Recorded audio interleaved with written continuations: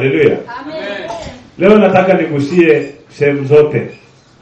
Kanisa, serikali na jamii kwa ujumla.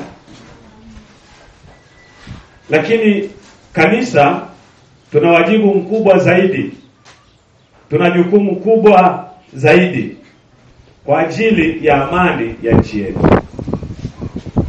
Bwana apewe sifa sana. Amen. Kanisa, sisi kama kanisa tuna jukumu kubwa zaidi la kuilinda amani ya nchi yetu. Na mara nyingi kitu kimoja nimejifunza katika nchi yetu ya Tanzania. Mara nyingi kanisa tumekuwa ni watu wenye tabia ya kujisahau hata kuombea nchi. Jamani, Bwana Yesu atusaidie. Haleluya. Amen. Haleluya tena. Nasema tena haleluya. Kama kanisa tuna wajibu wa kuomba kwa ajili ya nchi.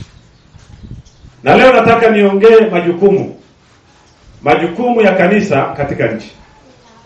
Majukumu ya kanisa katika nchi. Nataka tuyaangalie majukumu makuu mawili ya kanisa katika nchi. Na tunapoongelea nchi, hatuongelee nchi nyingine. Tunaongelea nchi yetu ya Tanzania. Bwana Yesu atusaidie sana. Hapa naongelea nchi yetu ya Tanzania. Siongelee nchi nyingine. Mimi naongelea Tanzania. Majukumu ya kanisa katika nchi ya Tanzania. Jukumu la kwanza la kanisa katika nchi ya Tanzania. Kanisa ni mlinzi wa nchi. Kazi ya kanisa ni kuilinda nchi. Sasa kuna wakati unaweza kaanza kujiuliza, tunawezaje kuilinda nchi? Kwani sisi wanajeshi? Kwani sisi tuna bunduki? Kwani sisi tuna silaha? Kwani wanajeshi watakuwa wana kazi gani? Unaweza kuwa unajiuliza maswali kama haya. Lakini nataka nikwambie, kazi namba moja ya kanisa katika nchi ni kuilinda nchi.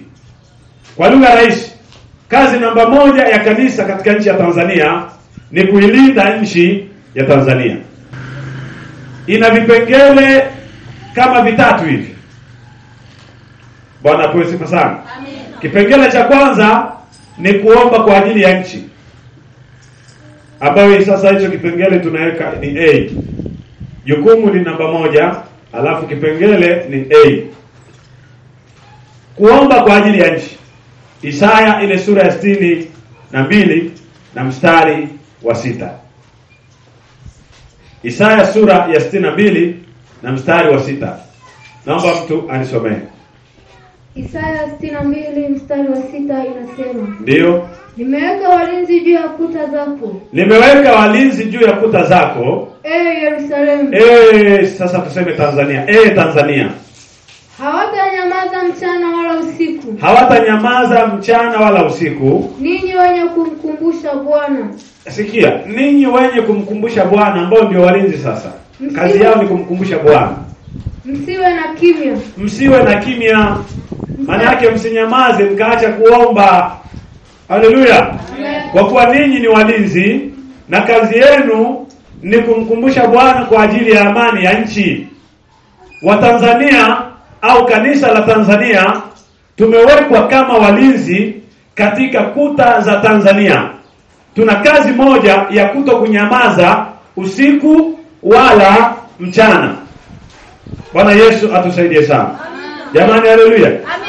Sisi kama walinzi wa nchi ya Tanzania au kanisa tukiwa kama walinzi wa nchi ya Tanzania, tunapaswa kuhakikisha usiku na mchana tunaomba kwa ajili ya Tanzania.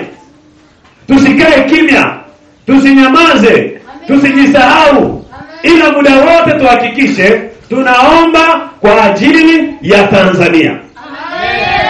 Haleluya, haleluya. Bwana apewe sifa. Ndio maana anasema enyi wenye kumkumbusha Bwana. Wanamkumbusha kwa njia gani? Kwa njia ya maombi. Haleluya. Wanamkumbusha kwa njia ya maombi. Walinzi hawa wana kazi moja ya kumkumbusha Mungu kwa habari ya amani ya nchi ya Tanzania. Jamani, haleluya. Kuna wakati tunaweza tukaitwisha serikali mzigo ambao sio wa kwake, ambao kumbe sisi ndio tatizo, kumbe sisi ndio mwiba, kumbe sisi ndio wenye shida, alafu tukafikiri serikali ndio ina shida. Jamani, haleluya. Kuna mtu ananielewa hapa leo? Leo yupo mtu anayenielewa? Biblia inasema Mungu ameweka walinzi juu ya kuta za Tanzania. Hao walinzi hawatanyamaza usiku wala hawatanyamaza mchana mpaka haki ya amani ya nchi ya Tanzania itakapopatikana. Nataka nikuulize swali. Wewe ni kwa kiasi gani naomba kwa ajili ya nchi? Tunailaumu tu serikali. Of course, hatusemi kwamba serikali iko vizuri. Haleluya. Kuna majukumu mengi hapa, tutayaonyesha leo. Majukumu ya kanisa si kulaumu. Sisi kama watumishi wa Mungu, na hili naongea pia na wachungaji na mitume na manabii ambao mnasikia, ambao mnanitazama leo. Siongei na mtu mmoja, naongea na wewe unanisikia. Kila mmoja anayesikia sauti hii. Jukumu letu sio kulaumu. Jukumu la kanisa ni kuomba kwa ajili ya nchi. Hiyo ni jukumu mojawapo la kanisa katika nchi. Katika Mambo ya Nyakati ile sura ya 7 mstari wa 14. Ni Mambo ya Nyakati wa pili 7:14. Ikiwa watu wangu walioitwa kwa jina langu watajinyenyekesha, kwanza wajinyenyekeshe, na kuomba, pili waombe, na kunitafuta, tatu watafute uso wa Mungu, na kuziacha njia zao mbaya, nne waache njia mbaya, basi ndipo nitasikia toka mbinguni. Mungu atasikia maombi yao toka wapi? Mbinguni. Atasikia maombi toka wapi? Mbinguni. Na kisha baada ya kusikia maombi yao kutoka mbinguni, nini kinatokea? Na kuwasamehe dhambi. Kwanza atasamehe dhambi, na kuiponya nchi. alafu ataiponya nchi.